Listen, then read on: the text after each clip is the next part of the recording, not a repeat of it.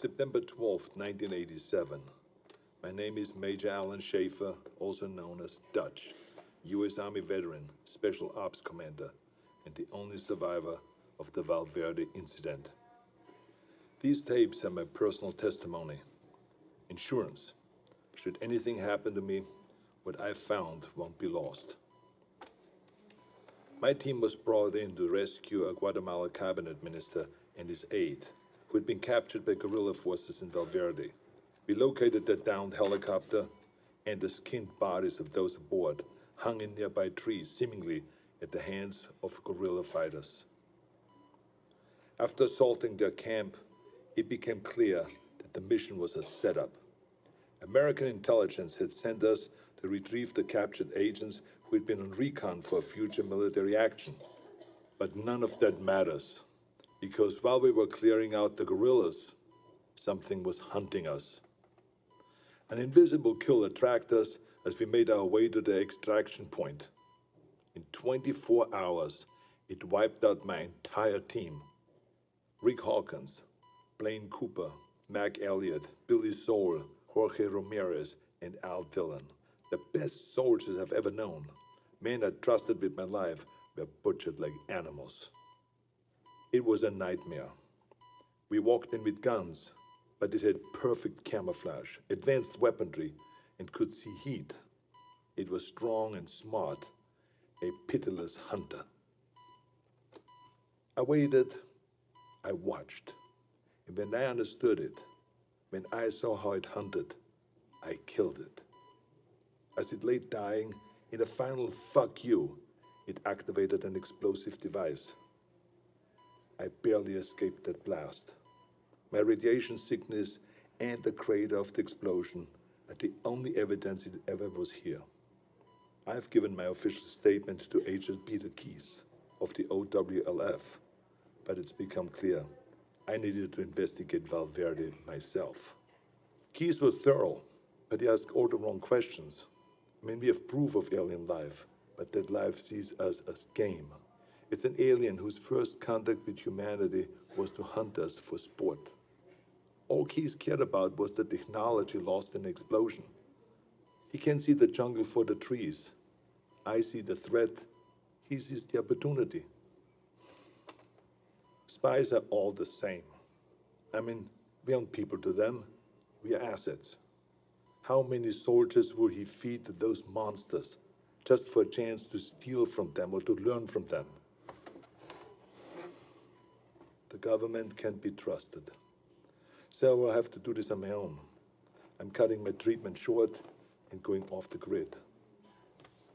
I will make my way back to South America to Valverde. I was told that there were stories about demons who make trophies of man. I'd like to hear those stories.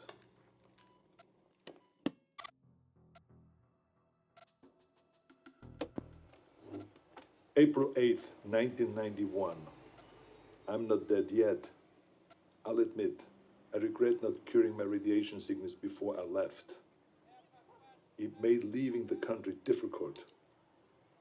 I cashed in a few favors, took one too many off-the-book flights in rusted-out buckets, but I made it back to Valverde.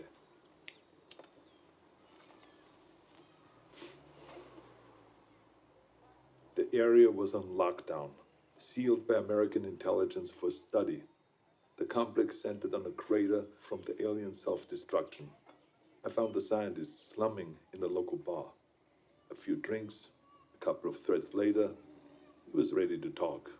It wasn't much, barely anything I didn't already know. The blast emitted a form of radiation they'd never seen before. Some believed it was extraterrestrial, some didn't. Either they're not too bright, or there's nothing to find. I decided to let them keep searching in vain. It kept them busy and off my trail. I've been touring villages and small towns using the cover of an author writing about South American folklore. I don't know if any of them bought in, but they took my money and told their stories. The closer they were to the jungle, the more stories of devils in the trees. Some were bullshit, made up on the spot, but some carried consistencies that I couldn't ignore.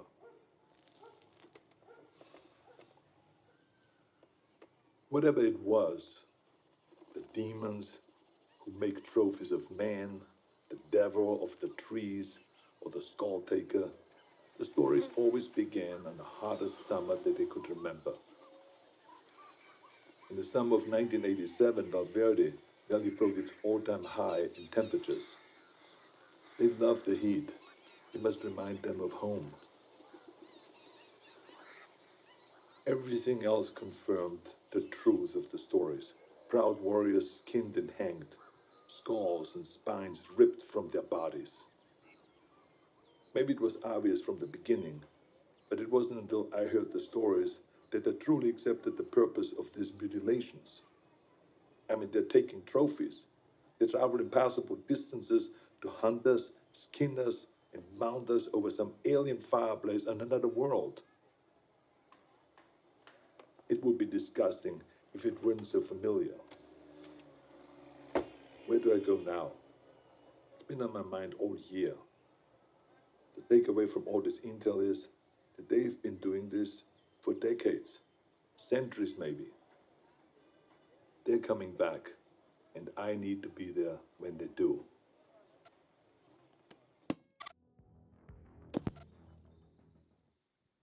June 27th, 1992. It's hard to remember that the most important part of an operation is patience. You can plan the perfect op, but you can't account for everything. If shit goes south, there's nothing to do but to adapt and finish the mission.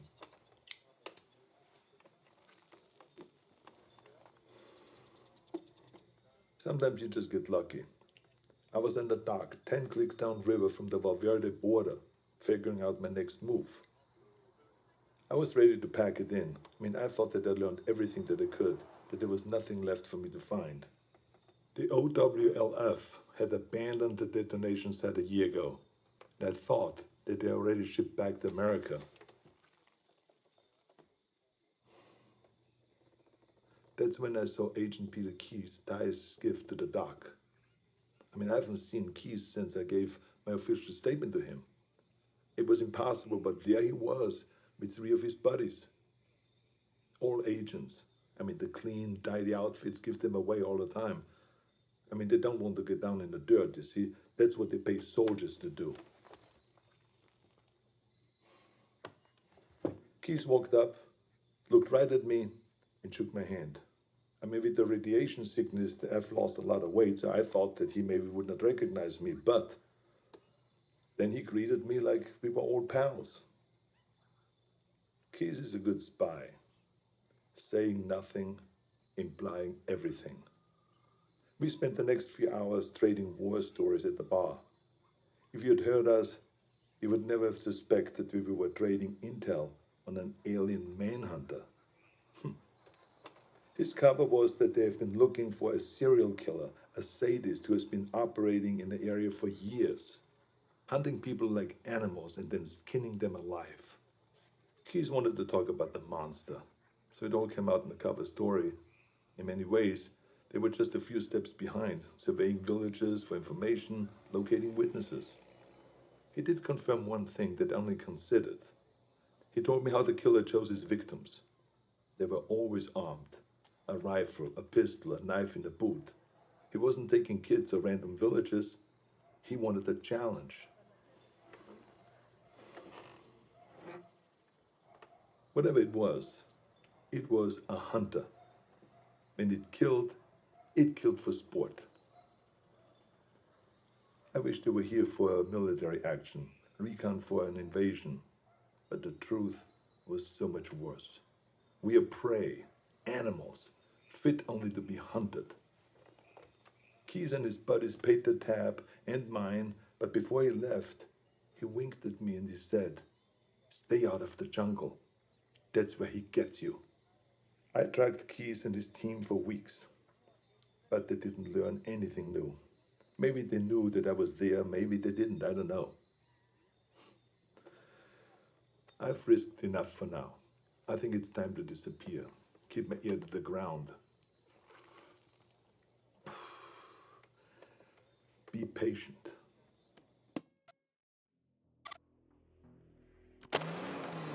March 3rd, 1996, Zaire. I thought I could wait.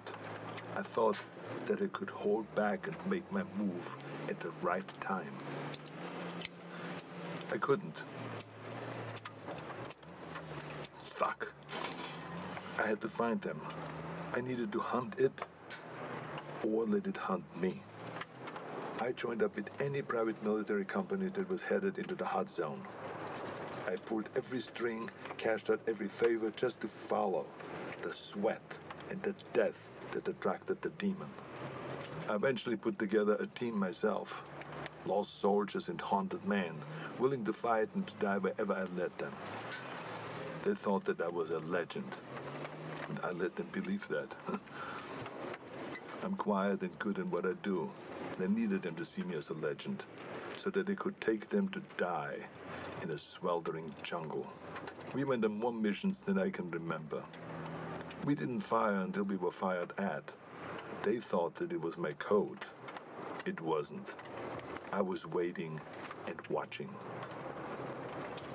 Our last mission was an evac up in the Congo. A private munition base had gone dark. When we arrived, they'd been dead for days. Bodies strung up on floodlights around the base, all of them skinned, some missing skulls and spines. We secured the site and waited for backup to arrive.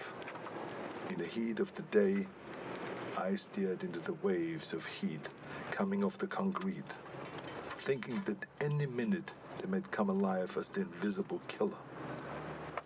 And then they did. I didn't wait. I unloaded every round I had. Trusting me, my team fired in the same direction. It wasn't the first time I'd done it, but this time I knew what I was looking for. It was so fast, we couldn't hit it. We panicked, and stray rounds struck the crate of RPGs. And that explosion hit other munitions that exploded. By the time the smoke cleared, the demon was dead, but so were all my men. I took samples of its blood, pieces of its anatomy, and what tech that I could salvage. And then I burned everything. Then it disappeared. I never checked in mid-HQ. As far as I know, I was counted among the dead.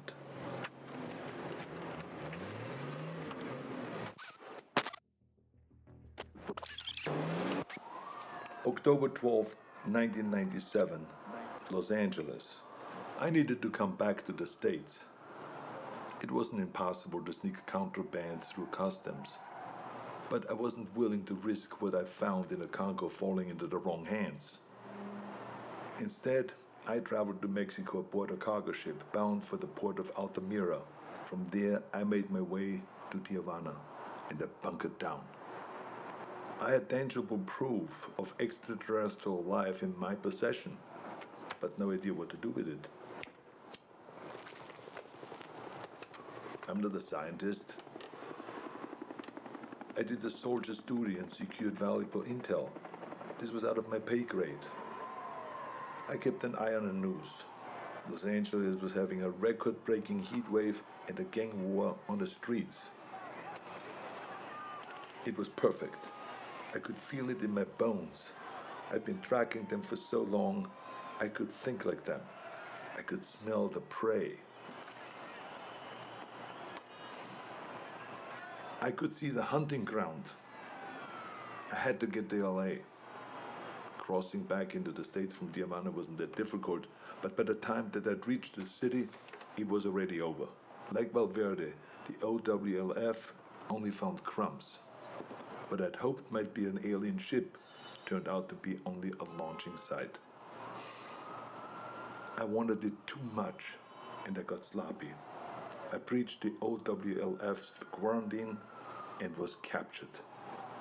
I'd hoped to be bailed out by Agent Keys, but he died. With Keys gone, the OWLF was leaderless and disorganized. I was interrogated, but I negotiated my release by bartering the alien materials that I'd recovered from the Congo. During the negotiations, It was clear how little they knew. They needed someone who understood the threat, so I offered to work with the OWLF as a consulting advisor. They had the funding, the technology that I needed to continue my hunt. I wouldn't work for them, but I would work with them. There will be a weapon that I can use to hunt down these predators as they move to fresh ground. It's only a matter of time until they see us as a real threat. When the prey can fight back, it's no longer a hunt. It is war.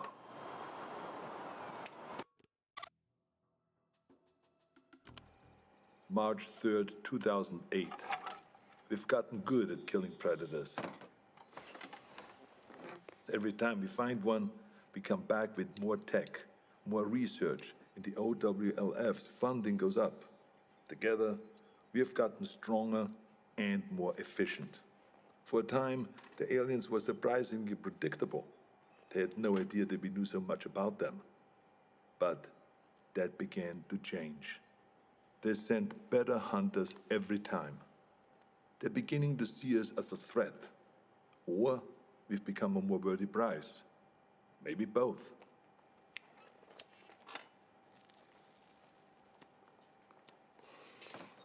We know this because our last encounter was special. We weren't certain if they had any gender to speak of, but that changed when we came into contact with the female. She was smarter and deadlier. She didn't fuck around like the males did. She was direct, ruthless, and skilled. I was in Laos when we first came into contact with her. It was Valverde all over again. Her ambush wiped out my entire team. Only this time, she got me. In a small village, I lost track of her, just long enough for her to pin me with a razor net. Pinned against the wall, razors cutting into my face. I've been fighting for so long, I was ready to die. I should be dead. Instead of making the kill, she cloaked and vanished into the jungle. The net relaxed, and I escaped with my life, and a scar to remember her by. She spared me, only me, like she knew who I was. I returned to the exfil, my first failed mission in a long time. Are we going about this wrong? I mean, we've learned so much, but in doing so, have we made ourselves a bigger target? I can't stop thinking about something Napoleon said. You must not fight too often with one enemy, or you will teach them all your art of war. I started this believing that we were learning how to hunt them, or maybe she let me live to just be hunted another day. We were teaching them how to hunt us.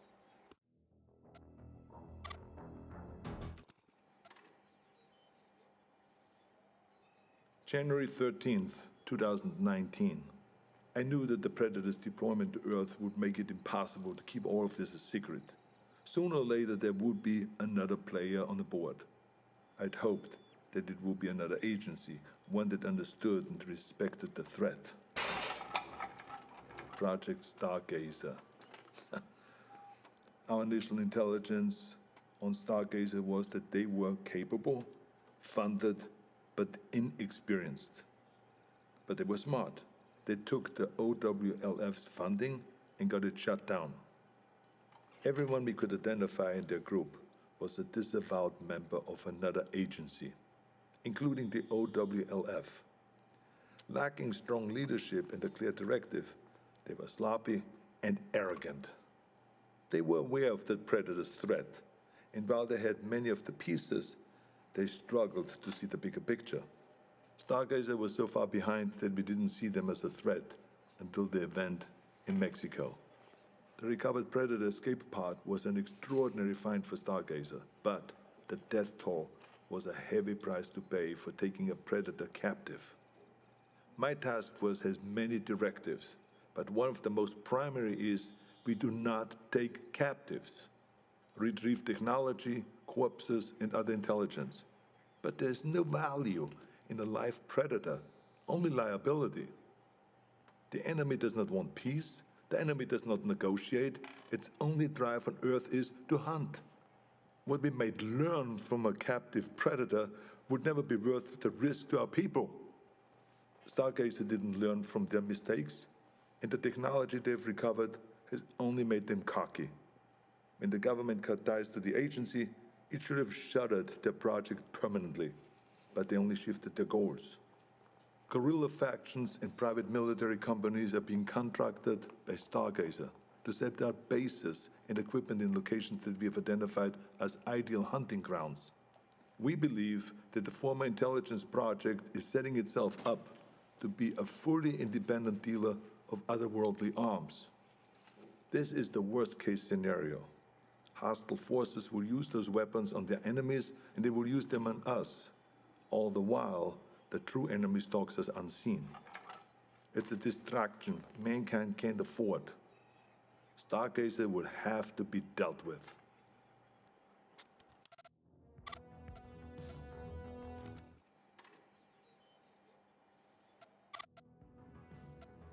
"2025.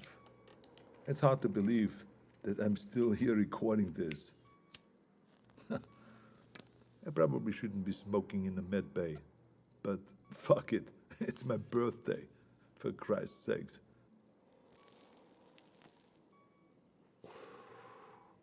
I turned 78 today, but I'm out there hunting. I should be retired. I should be doing anything but this. My life shouldn't be possible. But the very thing that I hunt, that hunts me, is what's keeping me alive. As we began to understand the predator's technology, we started to use it. A fight with a predator female went bad, and I was critically wounded. Dying, I agreed to experimentation. It worked. It worked so well that the cells in my body stopped aging. Pushing 80 now, I'm fighting like a man in his 40s. It's not the only experiment that I've been part of. I'm deadlier now than I was in Valverde. The OWLF has been fully reinstated. It's grown larger than ever before. We saved John Keyes from Stargazer. His father was Peter Keyes. I suppose you could say that he was a very dear acquaintance. His son is a gifted scientist. I worry about the future. The Earth is seeing unprecedented rise in heat and war. As the climate changes and the temperatures go up, more and more countries are becoming hunting grounds. We have killed so many of their kind, but they only send more. The number of events that we have witnessed has increased threefold in 10 years.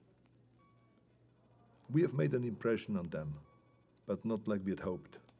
We wanted to show them that we weren't prey, to deter them from ever sending another hunter to our world. We sent a warning, but they took it as a challenge. I fear we have made things worse. If the predators ever decide that we've grown too bold, I have no doubt that they could burn the Earth and all of humanity with it. My only hope is that while they waste their time on sport, we can rise up together and stand against them as a species. Until then, we keep moving, we keep hunting, and we keep our eyes open.